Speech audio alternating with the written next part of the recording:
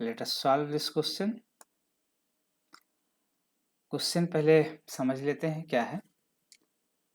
क्या क्वेश्चन में कहा जा रहा है, calculate the number of kilo joule of heat necessary to raise the temperature of 60 gram of aluminium from 35 degree Celsius to 55 degree Celsius. Given क्या है, molar heat capacity of aluminium. Molar heat capacity aluminium का दिया हुआ है, कितना दिया हुआ है, 24 जूल पर मोल पर केल्विन।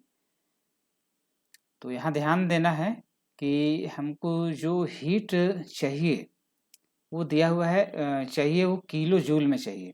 ठीक है, यानी अगर जूल में निकलता है तो उसको किलो जूल में कन्वर्ट करना होगा। ठीक है, तो क्या क्या हमको दिया हुआ है पहले ये लिख लेते हैं। गिवन गिवन गिवन क्या है, molar heat capacity of aluminium. Molar heat capacity of aluminium ये कितना है, ये दिया हुआ है 24 जूल पर मोल पर केल्विन। ठीक है, मास ऑफ एल्यूमिनियम दिया हुआ है, मास ऑफ एल्यूमिनियम ये कितना दिया हुआ है, ये दिया हुआ है 60 ग्राम। अब देखो बच्चों, यहाँ पर चूंकि मोलर हीट कैपेसिटी दिया हुआ है, अगर स्पेसिफिक हीट कैपेसिटी दिया हुआ होता तो हम स्पेसिफिक हीट कैपेसिटी का फॉर्मूला यूज करते और मास को जैसे का वैसे ही छोड़ देते। ठीक है, अब चूंकि यहाँ पे मोलर हीट कैपेसिटी दिया हुआ है, एल्यूमिनियम का मोलर हीट कैपेसिटी दिया हुआ है, तो हमको यहाँ पे ज़रूरत पड़ेगा मोलर हीट कैपेसिटी के फार्मूले का, और उसके लिए हमको हमको मोल चाहिए होगा एल्यूमिनियम का।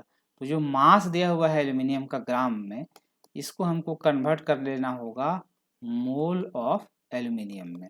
ठीक है, यानी कि इसको n मान लेते हैं मोल ऑफ एल्यूमिनियम को, और ये कितना हो जाएगा, मोल का फॉर्मूला होता है given mass in gram divided by gram atomic mass.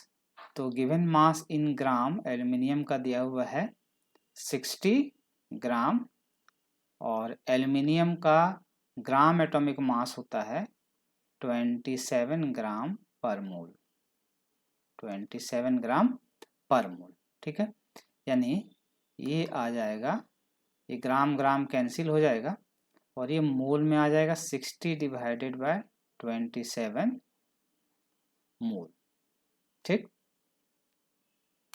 अब चूंकि हमको हीट चाहिए होगा, ठीक है, तो मोलर हीट कैपेसिटी का फॉर्मूला हम लोग जानते हैं। मोलर हीट कैपेसिटी क्या होता है, Cm इज इक्वल टू जितना हीट चाहिए होगा पर मोल सब्सटेंस का टेम्परेचर को पर डिग्री सेल्सियस से बढ़ाने के लिए, यानी Q divided by N into delta T। यानी Q यहाँ से हम लोग निकाल सकते हैं, जो कि निकालना है हमको हीट, कितना किलो जूल हीट चाहिए, यही हीट हमको कैलकुलेट करना है। और ये क्या हो जाएगा, N Cm डेल्टा T। ठीक है, अब सबका हम लोग वैल्यू पुट कर देंगे। N कितना है एल्यूमिनियम का, ये है 60 डिवाइडेड बाई 27, ये मोल में होगा, यूनिट का हम यहाँ पर कैलकुलेशन नहीं करते हैं, यूनिट को डायरेक्ट हम लोग लिख लेंगे। मोलर हीट कैपेसिटी का फॉर्मूला हम लोग यहाँ पे रख देंगे, मोलर हीट कैपेसिटी का वैल्यू ये कितना दिया हुआ है 24 जूल पर मोल पर केल्विन, और टेम्परेचर का डिफरेंस यानी डेल्टा टी, डेल्टा टी कितना है, टेम्परेचर डिफरेंस क्या है, final temperature minus initial temperature होता है, यानी T2 माइनस T1। तो इनिशियल टेम्परेचर 35 डिग्री सेल्सियस है, फाइनल है 55 डिग्री सेल्सियस। तो यहाँ टेम्परेचर को लेते हैं केल्विन में। अब चूंकि यहाँ पे टेम्परेचर का डिफरेंस हमको निकालना है, डेल्टा टी निकालना है, तो डिग्री सेल्सियस में हो या केल्विन में हो सेम वैल्यू आएगा। ठीक है, तो दोनों का अगर वैल्यू हम लोग निकाल लेते हैं तो 55 degree Celsius minus 35 degree Celsius, इसका वैल्यू रख लेंगे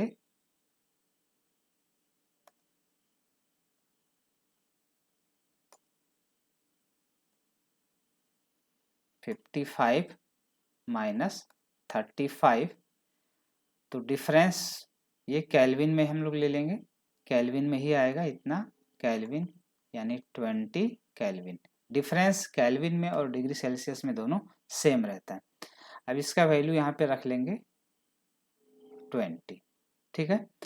तो ये 20 केल्विन हो जाएगा, ये मोल और पर मोल कैंसिल हो जाएगा, केल्विन पर केल्विन कैंसिल हो जाएगा और बच जाएगा यूनिट हमारा जूल में, ठीक है।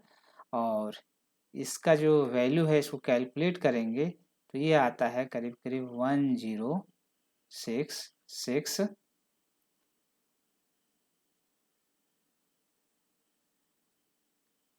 पॉइंट समथिंग 1.06666 इस तरह से रेकरिंग में आता है इतना joule.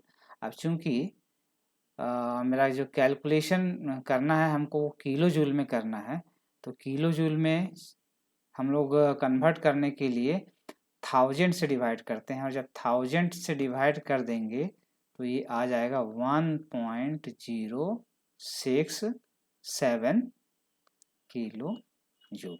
That is the answer. If you have any doubt, then you can comment. Okay.